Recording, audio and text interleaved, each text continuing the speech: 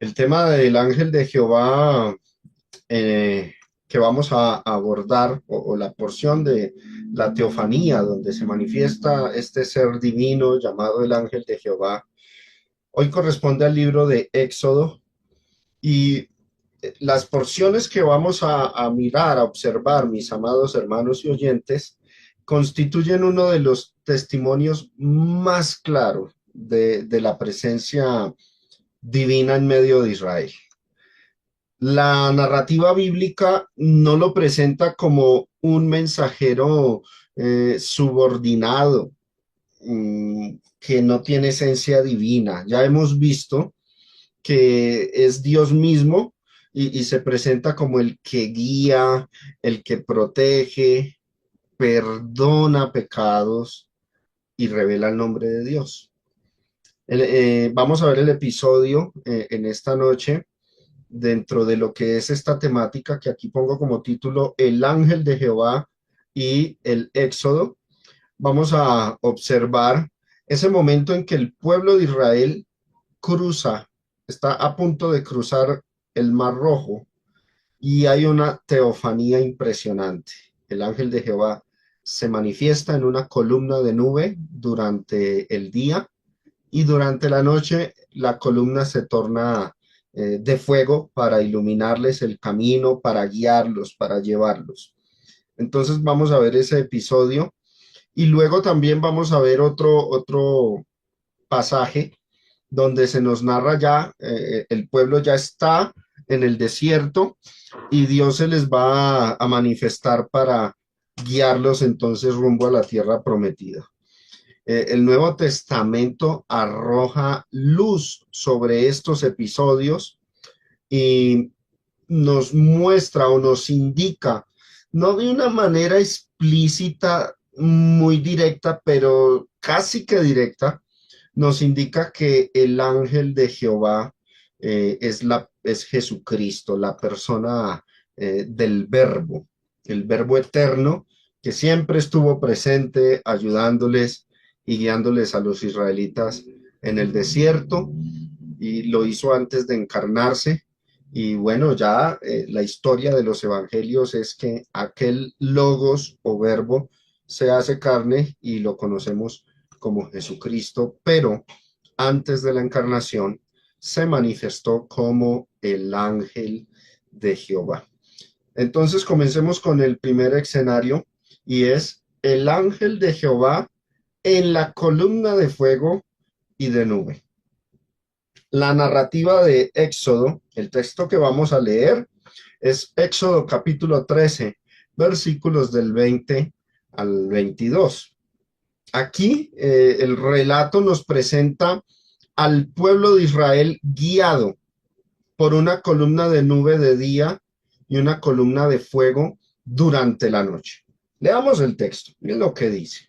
Versículo 20. Y partieron de Sucot y acamparon en Etam, a la entrada del desierto. Y Jehová iba, observen, Jehová, es Jehová, iba delante de ellos de día. ¿Cómo los guiaba? Bueno, no de una forma tan personal o manifiesta, sino que se manifestó en una columna de nube para guiarlos por el camino. Hay unos pasajes donde se narra que Dios estaba en la cima de la columna de nube y así también lo creyeron dentro del judaísmo rabínico, así se iba interpretando. Jehová iba delante de ellos de día, era Dios, claramente el texto lo dice, y de noche, observen, en una columna de fuego para alumbrarles, a fin de que anduviesen de día y de noche. Interesante, ¿no? Cómo la protección divina estuvo de manera sobrenatural con el pueblo de Israel cuando los estaba sacando de Egipto y los egipcios ya estaban con planes de caer encima del pueblo de Israel para evitarle su huida, ¿no? Ahora observen el versículo 22. Nunca se apartó de delante del pueblo la columna de nube de día, ni de noche la columna de fuego. Es lo que revela el texto. Ahora, quiero que notemos algo. El pasaje, aquí en qué lugar, en qué porción estamos. Es el inicio de la huida, de ese peregrinaje de Israel allá en el desierto. Inmediatamente después de que salen de Egipto, el pueblo acampa en Etán, como dice el versículo 20 que ustedes pueden ver ahí en pantalla, ahí a la entrada del desierto, y ahí se manifiesta la presencia de Dios en forma visible, una teofanía, una forma visible, una columna de nube de día, una columna de fuego durante la noche. No eran simples, estas columnas no eran simples fenómenos naturales, por supuesto, ahí estaba la mano de Dios.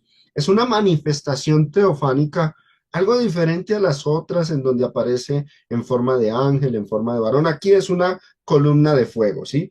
Y la presencia de Dios estaba con ellos ahí, en ese camino de los israelitas. La nube era la que los guiaba durante el día, durante la noche, se tornaba en fuego durante la noche para poder iluminarles a ellos el camino. Pero lo interesante es lo que dice el versículo 21, que lo he resaltado en letra roja, que dice, y Jehová iba delante de ellos de día. ¿Quién? ¿Cuál ser era el que iba guiándolos? Jehová. El texto es muy claro. Ahora yo quiero que observemos el capítulo que sigue, cuando ya se nos narra cómo el ejército del faraón se está acercando para hacer regresar al pueblo, para matarlos, para hacerles daño. Y el capítulo 14, versículo 19, dice algo impresionante. Y el ángel de Dios que iba delante del campamento de Israel se apartó e iba en pos de ellos. Y asimismo la columna de nube que iba delante de ellos se apartó y se puso a sus espaldas. ¿Qué notamos ahí? Observen bien las letras en rojo. ¿Qué notamos? Bueno, lo voy a resaltar. En el capítulo 13, el que va en la columna de nube y la columna de fuego es Jehová, capítulo 13, versículo 21. Pero en el capítulo que sigue, el que va en la columna de nube y de fuego es el ángel de Jehová, el ángel de Dios iba delante del campamento. Interesante, ¿no? O sea, la Biblia no tiene limitaciones, restricciones para hacer diferencias entre el ángel de Jehová y Jehová mismo. El texto afirma que era Dios el que iba delante de ellos en la nube para guiarlos por el camino, pero en el siguiente capítulo se identifica a esa persona de Dios como el ángel de Jehová. Eso nos muestra que la Biblia no hace distinciones entre estos dos términos. El ángel, entonces, ¿qué es? ¿Qué es el ángel de Jehová? Es la presencia de Dios. Es el mismo Dios manifestándose. Y eso nos indica que Dios tomó esa forma, una forma angelical.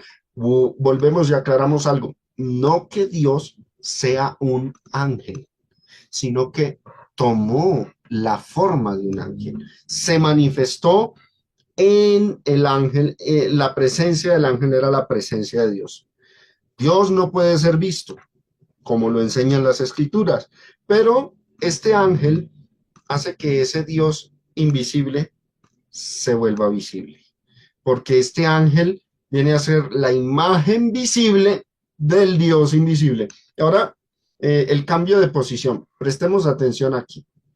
Miren Éxodo capítulo 13 y vamos a ver el versículo 21, lo que les voy a resaltar. Dice, y Jehová iba delante de ellos.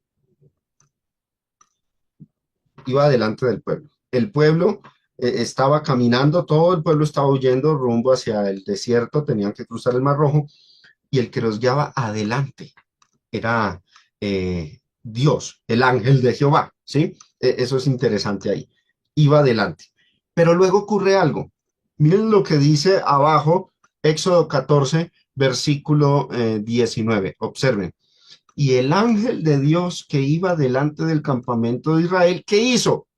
Cambia de posición, dice, se apartó e iba en pos de ellos. ¿Eso qué significa? Que retrocede. El ángel va adelante, el pueblo va detrás, pero el ángel retrocede y luego queda detrás de ellos, siguiéndolos detrás. ¿Por qué hace ese cambio? Porque el ejército del faraón se estaba acercando, iba tras ellos, entonces Dios los iba a proteger. El ángel de Jehová cambia de posición, dice, se apartó e iba en pos de ellos, y dice, y asimismo la columna de nube que iba como delante de ellos, también que se apartó y se puso a sus espaldas. ¿Por qué resalto esto? Bueno, miremoslo mejor aquí. Aquí está el texto, solamente ese. Éxodo capítulo 14, verso 19. Y el ángel de Dios que primero iba a ¿dónde? Adelante. Ahora, el capítulo 13 dice que el que iba adelante era Jehová, aquí dice el ángel. El ángel de Dios iba adelante del campamento. Cuando los ejércitos del faraón se están acercando, cambia de posición. Pasa de estar adelante, los atraviesa a ellos y se hace detrás. Que iba delante del campamento de Israel, se apartó e iba en pos de ellos, y asimismo la columna de nube, prestemos atención aquí, la columna de nube que estaba delante del pueblo de Israel, se aparta y se pone a sus espaldas. Tuvo que haberlos atravesado. Aquí traigo unas imágenes para ilustrar esa escena tan impresionante. El ángel de Jehová está delante del pueblo, primeramente. Es lo que viene diciendo desde el capítulo 13. Luego, ¿qué hace el ángel? Retrocede y se va a hacer detrás del pueblo. Entonces, mientras el ángel empieza a retroceder, pasa por enfrente del pueblo y finalmente el ángel de Jehová queda a las espaldas, como dice el versículo 19. ¿Por qué resalto eso? Porque esto nos muestra algo, mis hermanos. Lo voy a poner en la imagen del medio, que es cuando el ángel de Jehová está atravesando el pueblo junto con la columna de nube. Lo voy a poner ahí. Por un momento, el pueblo tuvo que haber quedado entre la nube.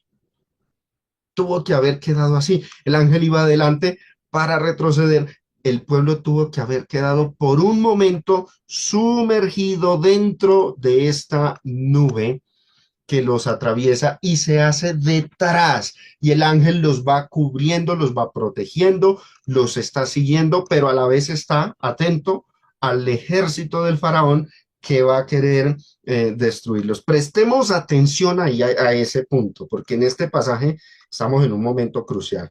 Cuando Israel estaba acorralado ya, el contexto nos muestra es que Israel está acorralado, se están asustando los israelitas, están pensando que ya se murieron, le preguntan a Moisés qué sucede, están frente al Mar Rojo, el ejército ya se estaba acercando, el ejército del faraón, los egipcios, el ángel de Dios que iba adelante se pasa hacia atrás para protegerlos, se pone entre los israelitas y los egipcios ahí para protegerlos, para no dejarlos avanzar más.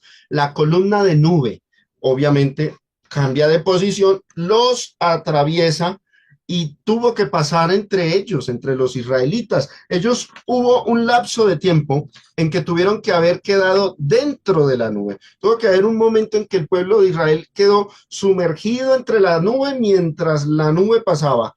Ese detalle es fundamental. ¿Por qué, mis hermanos? Por lo que más adelante en el Nuevo Testamento revelaría el apóstol Pablo. Observen, Primera de Corintios capítulo 10, versículos del 1 al 4. Aquí Pablo va a traer a colación ese episodio que estamos leyendo en el libro de Éxodo capítulo 13 y capítulo 14. Y es lo que recuerda aquí el apóstol Pablo diciendo, porque no quiero, hermanos, que ignoréis que nuestros padres, nuestros antepasados, ¿qué dice ahí? Todos estuvieron bajo la nube y todos pasaron el mar. Los dos episodios que iban a ocurrir ahí en esos capítulos, porque más adelante, después de que pasan por la nube pasa por encima de ellos, ellos atraviesan el mar. El mar se divide milagrosamente y cruzan el mar. Pero dice, todos estuvieron bajo la nube. ¿A qué se está refiriendo Pablo? ¿A qué lugar del Antiguo Testamento está aludiendo el apóstol Pablo? A los que estábamos leyendo ahorita en Éxodo capítulo 13 y capítulo 14. Entonces, seguimos leyendo y dice, y todos en Moisés, o sea, guiados por la mano de Moisés, fueron bautizados en la nube y en el mar. No un bautismo ritualista, religioso, con tintes de algún tipo de dedicación o consagración, sino que quedaron bajo la nube, sumergidos en ella. O sea, la nube tuvo que haberlos atravesado y ellos por un lapso de tiempo tuvieron que verse entre la nube, ¿cierto? Es lo que dice el texto de Éxodo y es lo que Pablo está diciendo aquí. Todos fueron bautizados en la nube y en el mar. Ahora, miren lo que va a revelar Pablo en el verso que sigue. Y todos comieron el mismo alimento espiritual. No está hablando de alimento físico, sino que en ese momento fueron bendecidos con la protección divina y se habla de eso como un alimento espiritual. Y luego dice, y todos bebieron la misma bebida espiritual porque bebían de la roca. Y aquí el término la roca, el término la roca a menudo en el Antiguo Testamento, cuando alude a Dios, tiene un simbolismo, significa el que protege. Cuando habla de que Jehová es mi roca y mi refugio, quien me protege, quien me libra de mis enemigos, el término roca significa, tiene un sinónimo, una connotación de protección. No está utilizando en un sentido literal, obviamente, ¿no? Bebían de la roca espiritual que los seguía. Recuerden, antes estaba delante guiándolos, pero hubo un momento en que los atraviesa, ellos quedan sumergidos o bautizados en la nube y la roca los seguía, era el ángel de Jehová en Éxodo, pero aquí miren lo que dice, y la roca era Cristo. Pablo está revelando que el ángel de Jehová del Antiguo Testamento es nada más y nada menos que la persona de Cristo en el Nuevo Testamento. Por eso es que al ángel de Jehová se le refiere como a Dios mismo. En la lección anterior vimos que él era el gran yo soy, el que soy. Dios en medio de la zarza, el ángel de Jehová en medio de la zarza. Ahora, este texto es mucho más contundente, más directo, indicando que cuál de las tres personas de la divinidad fue la que se manifestó en la forma del ángel de Jehová. Pablo el apóstol, aludiendo al episodio donde Israel está huyendo de Egipto, quedan bajo la nube, cruzan el mar, dice que el que los protegió fue Cristo. Pero en Éxodo se nos dice que fue el ángel de Jehová. Yo creo que esto cierra toda discusión sobre qué persona es el ángel de Jehová. Ya empezamos a ver textos que van manifestando de manera más directa de cuál de las tres personas de la divinidad se trató cuando se habló del ángel de Jehová. Y este texto nos indica, dice, y la roca, el que los protegía, la roca en un sentido espiritual, el que los cubría, los protegió, el que los resguardó, fue Cristo. Eso es lo que está diciendo el apóstol Pablo. Por ende, por implicación, el ángel de Jehová del Antiguo Testamento es Jesucristo en el Nuevo Testamento. ¿Acorde a quién? No es mi interpretación, como para que se diga, el hermano Germán está ofreciendo interpretaciones extrañas. Es lo que el apóstol Pablo, basado en el episodio del libro de Éxodo, concluye y pues lo que aquí traemos a colación en esta lección. El ángel de Jehová que se ubicó tras el pueblo después de que fueron sumergidos en la nube y que los empezó a seguir, protegiéndolos también de los ejércitos del faraón, era la persona de Cristo, según el apóstol Pablo. Era el verbo de Dios con su pueblo en el desierto. Interesante porque esta teofanía ya nos empieza a arrojar más luz sobre qué persona de la divinidad era el ángel de Jehová. Pasemos al siguiente episodio.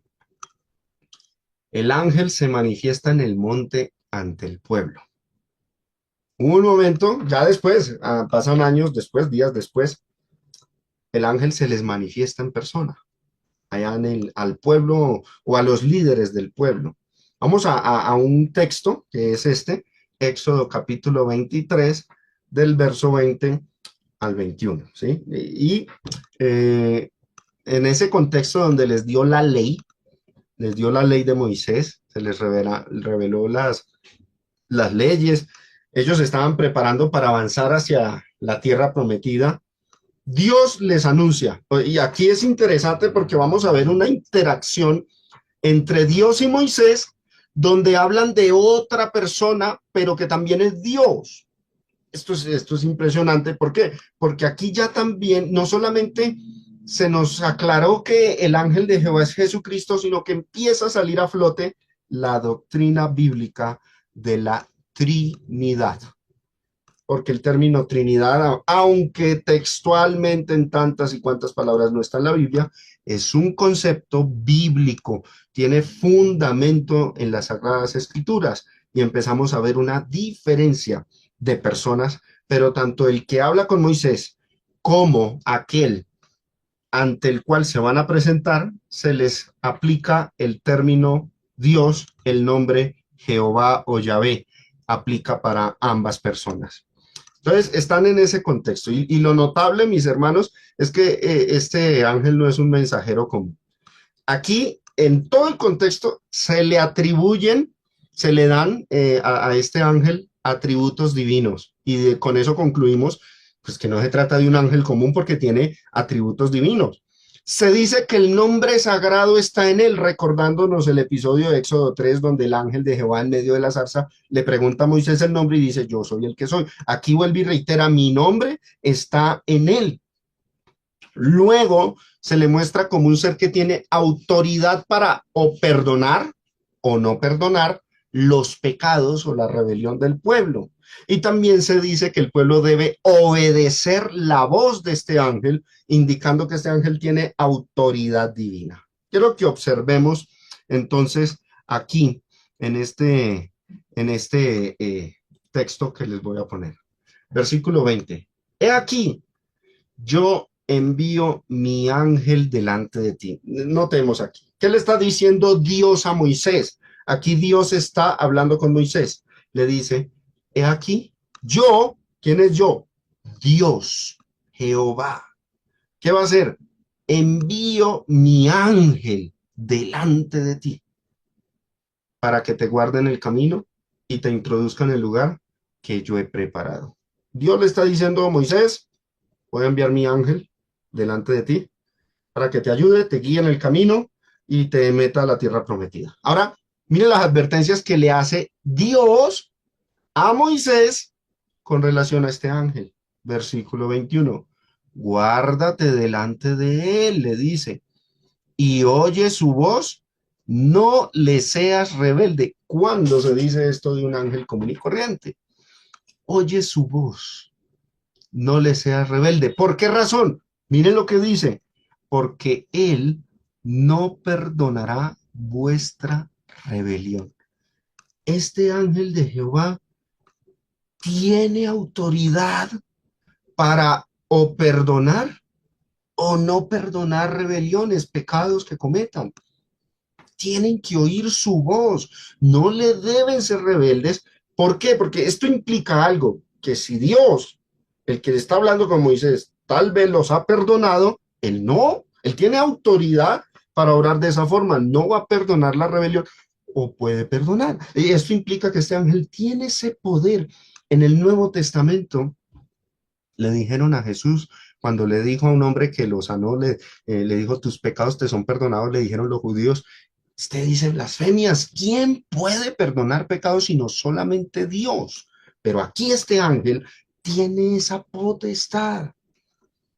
Aunque aquí se habla en un sentido contrario, ¿no? Él no les va a rebajar los pecados, o sea, Él no se los va a perdonar si ustedes se rebelan. Escuchen su voz, no le sean rebelde. O sea, Dios diciéndole a Moisés, tengan cuidado con este ángel, porque él tiene autoridad. Si ustedes se rebelan con él, él puede que no los perdone. ¿Por qué razón? Mire lo que dice, lo resalto. Porque mi nombre está en él. ¿Se acuerdan? Éxodo capítulo 3, el ángel se hace en medio de la zarza, Moisés le pregunta, dime, ¿cuál es tu nombre? Y él le dice, yo soy el que soy, es Dios. Mi nombre está en él. Bueno, puede que aquí nombre también tenga la connotación de autoridad, de igual modo, este ángel tiene autoridad divina. Si nombre se interpreta como autoridad, entonces lo que está diciendo el texto es que él tiene la autoridad de Dios. Y si nombre significa el nombre de Éxodo capítulo 3, pues a él se le aplica el nombre de Dios y lo que le está diciendo Dios a Moisés es, ese ángel es Dios, es un ser divino y tienen que obedecerle porque él no va a perdonar, no los va a perdonar, no se las va a rebajar si ustedes se rebelan ante él. Ahora, tiene autoridad, indiscutiblemente es un ser divino. Prestemos atención a unas líneas más adelante, capítulo 24, versículo del 1 al 2. Ahí mismo estamos leyendo de corrido. Éxodo 23, pasamos a Éxodo 24, del 1 al 2. Mire lo que dice ahí. Dijo Jehová a Moisés, sube ante Jehová. ¿Cómo así? Pero si el que está hablando con Moisés es Jehová, ¿por qué habla de Jehová en segunda persona? Como si este fuera aparte. Aquí estamos empezando a ver unos atisbos, unos rayitos de luz sobre la doctrina de la Trinidad, mis hermanos. Una persona que se llama Jehová es la que le dice a Moisés, sube ante Jehová, ante otra persona que es también llamada Jehová. Pero el contexto, capítulo anterior, capítulo 23, dice que esa persona era mi ángel. He aquí yo envío mi ángel delante de ti. ¿Qué nombre tiene ese ángel? Jehová, según Éxodo 24, versículo 1. Dijo Jehová a Moisés, sube ante Jehová. No solo Moisés, tenían que subir a Aarón, los hijos de Aarón, Nadab y Abiú, y 70 de los ancianos de Israel iban a subir al monte a encontrarse con quién, con el ángel de Jehová, porque al que iba a enviar Dios, versículo 20 de Éxodo 23, era el ángel. Se les dice, puede que él no los perdone, mi nombre está en él, escuchen su voz, pero apenas le está dando la instrucción. Luego en el capítulo 24 ya les está diciendo, bueno, ya les di las instrucciones de cómo se van a comportar delante de mi ángel, ahora suban ante él, pero le llama Jehová. Dios mismo es el que está llamando a ese ángel con su nombre, Jehová. Y observen lo que les dice, cuando se les manifieste, ¿qué tenían que hacer? Y os inclinaréis desde lejos. Tenían que adorarlo. ¿Cómo es posible? Si no aceptamos, porque yo sigo insistiendo, ¿cómo es posible que muchos todavía insistan en que el ángel de Jehová no es un ser divino? Les dice Dios, cuando lo vean, se van a inclinar desde lejos. No le van a acercar, se van a inclinar. Una inclinación por adoración, obviamente, ¿no? Algunos dicen, oh, por respeto, no, porque ante quién iban a subir, ante Jehová. Entonces es en adoración. Y os inclinaréis. Y luego hace unas especificaciones, dice el versículo 2, pero Moisés será el único, solo se acercará. Él es el que se va a acercar, cara a cara, va a hablar con él. Y ellos, o sea, los demás, Nadab, Abiú, Aarón y los 70 ancianos, que no se acerquen ni suba el pueblo con Moisés. Allá frente a frente con Jehová o con el ángel de Jehová, que era a quien Dios estaba enviando. Este lenguaje, dijo Jehová a Moisés, sube ante Jehová, ese lenguaje resulta sorprendente, hasta enigmático para muchos, pero ahí se presenta una duplicidad de personas, dos personas que tienen el mismo nombre, Jehová o originalmente Yahvé. Una es la que le habla a Moisés y le da la orden de subir. La otra persona es la que se va a manifestar ante Moisés y ante todos los 70 ancianos de Israel. La distinción entre el Jehová que habla y el Jehová ante el que suben todos ellos nos habla de la Trinidad. Dios, el Padre, oído a esto, Dios, la persona del Padre, es la que está dándole la orden a Moisés. Y Dios, el Verbo, el ángel de Jehová, es el que se va a manifestar. ¿Y cómo sabemos que el ángel de Jehová es el Verbo? Ya lo vimos ahorita, en Éxodo capítulo 3 y 14. Este lenguaje prepara, abre el terreno para comprender lo que más adelante en el Nuevo Testamento se iba a revelar acerca de la Trinidad y también acerca de la función de Jesucristo, como dice también Colosenses 1, Él es la imagen del Dios invisible. Ahora, ¿obedecieron esta orden? Claro que sí. Moisés, Aarón, Nadab, Abiú y los 70 ancianos subieron y se encontraron con el ángel de Jehová. Observen, ahí mismo Éxodo 24, vamos a ir a los versículos del 9 al 11, observen lo que dice. Y subieron Moisés y Aarón, Nadab y Abiú y 70 de los, hicieron caso, subieron. ¿Ante quién se iban a ver? Ante Jehová. Versículo, capítulo más atrás que decía, te voy a enviar mi ángel, le dijo Dios. O sea, ese Jehová es el ángel de Jehová. Claramente lo identificamos. Y subieron y se acercaron y observen lo que dice el verso que sigue, versículo 10. Y vieron al Dios de Israel. Lo vieron y no murieron. Lo vieron. Y había debajo de sus pies como un embaldosado de zafiro, semejante al cielo cuando está sereno. Ahora, no se murieron, lo dice el verso que sigue, 11, mas no extendió su mano sobre los príncipes de los hijos de Israel, y vuelve y enfatiza, y vieron a Dios, lo vieron. Ahora, ¿por qué no se murieron? Porque cuando la Biblia habla de que el que ve a Dios muere, se refiere a la persona del Padre. Pero aquí se está refiriendo es al ángel de Jehová, la persona del Verbo, y por eso lo pueden ver y no morirse.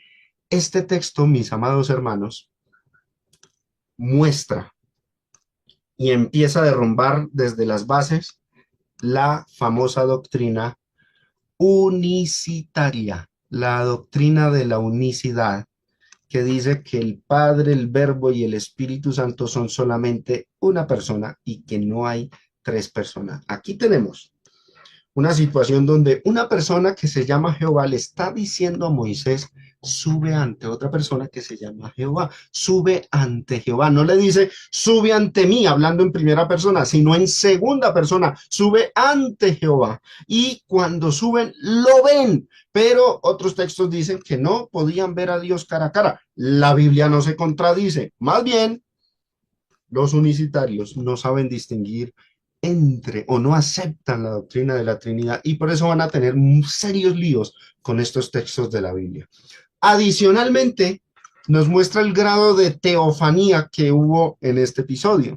Yo les he explicado que Dios en su gloria, el Verbo, se manifestó en forma de ángel, despojándose un poco de algo de su gloria, tomaba una forma de ángel, el ángel de Jehová. Pero en este caso nos muestra que esta teofanía se redujo un poco más a la similitud de seres humanos. ¿Cómo lo sabemos? Porque la línea que sigue dice, y comieron y bebieron. Similar al episodio de Génesis capítulo 18, donde los tres varones se manifiestan ante Abraham y comen. Y luego con Lot en Génesis 19 llegan los dos ángeles, teofánicos, por supuesto, donde Lot y también comen. Aquí vieron a Dios, ¿quiénes? Moisés, Aarón, Nadab, Abiú y 70 de los ancianos ven a Dios y comieron. O sea, este grado de teofanía es uno donde Dios toma una forma semi-humana, semejante al ser humano, sin encarnar, como ocurre ya en la persona de Jesucristo. Entonces, es interesante, ¿por qué? Porque el texto dice, vieron, versículo 10, vieron al Dios de Israel, y versículo 11, y vieron a Dios, pero Jesús, en Juan capítulo 1, versículo 18, dijo las siguientes palabras: a Dios nadie le ha visto jamás, nadie le vio jamás. El unigénito Hijo que está en el seno del Padre, Él le ha dado a conocer. Muchos se confunden con esto. Cuando dice a Dios, ¿a qué persona de la divinidad se refiere? El contexto nos indica el Padre. La misma línea que sigue dice que es otra persona. ¿Cuál? El unigénito Hijo. Algunos manuscritos dicen el unigénito Dios. El unigénito Hijo que está allá junto al Padre, ese que nadie ha visto jamás. Ahí la persona que de Dios divina, que nadie le vio jamás, es la del Padre, que está en el seno del Padre. El Hijo es el que le ha dado a conocer. Aquí en los evangelios le dio a conocer mediante la encarnación en la persona de Jesucristo, pero en el Antiguo Testamento le dio a conocer mediante la manifestación o teofanía a la que llamamos el ángel de Jehová.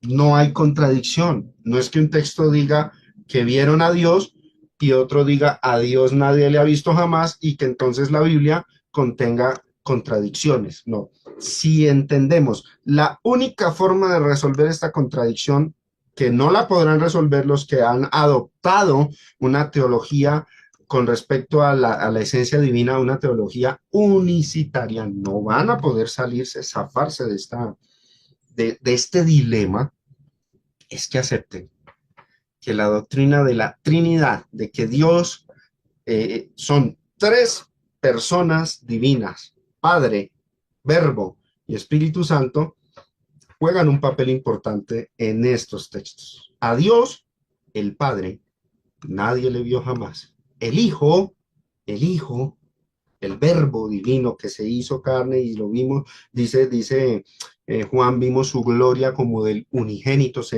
ahí adopta el rol de Hijo, que está en el seno del Padre, junto al Padre, y el Verbo era con Dios, Juan 1:1, y el Verbo estaba con Dios, dicen otras traducciones, y era divino, era Dios. Él es el que le ha dado a conocer tanto en el Antiguo Testamento como en el Nuevo Testamento. En el Antiguo Testamento, ¿cómo lo dio a conocer? En la forma del ángel de Jehová. En el Nuevo Testamento, ¿cómo le dio a conocer? En el Hijo. Eso es importante que lo entendamos. Este caso nos ayuda entonces a abrir el telón para la doctrina de la Trinidad y en el Nuevo Testamento el Padre es el Dios no visto y el Hijo o el Verbo eterno es quien lo da a conocer. Él es la imagen del Dios invisible, dice el apóstol Pablo. En el Éxodo, el Padre no pudo ser visto, pero le dio la orden a Moisés: sube ante mi ángel, te enviaré mi ángel. Y cuando van y se presentan ante el ángel de Jehová, dice el texto aquí, que vieron al Dios de Israel. ¿Por qué? Porque es el que lo da a conocer. Conclusión, mis hermanos. El caso del ángel guiando a los israelitas para cruzar el mar mientras huían de los egipcios, y luego la revelación de Pablo, la revelación apostólica en Primera de Corintios capítulo 10, que nos muestra que ese ángel que estaba en la columna y que iba tras el pueblo y que los cubrió, los bautizó, los sumergió en esa columna de nube, es el Verbo, es Cristo. Era Cristo, la roca era Cristo. Y luego Éxodo 23, este ángel se muestra como un portador del nombre divino, dice: mi nombre está en él, tiene autoridad para o perdonar o no perdonar la rebelión o los pecados del pueblo. Se les dijo: escuchen su voz, no le vayan a ser rebeldes. ¿Cuándo hablaría así Dios del arcángel Miguel o de otro ángel? No, es un ser divino, ¿no?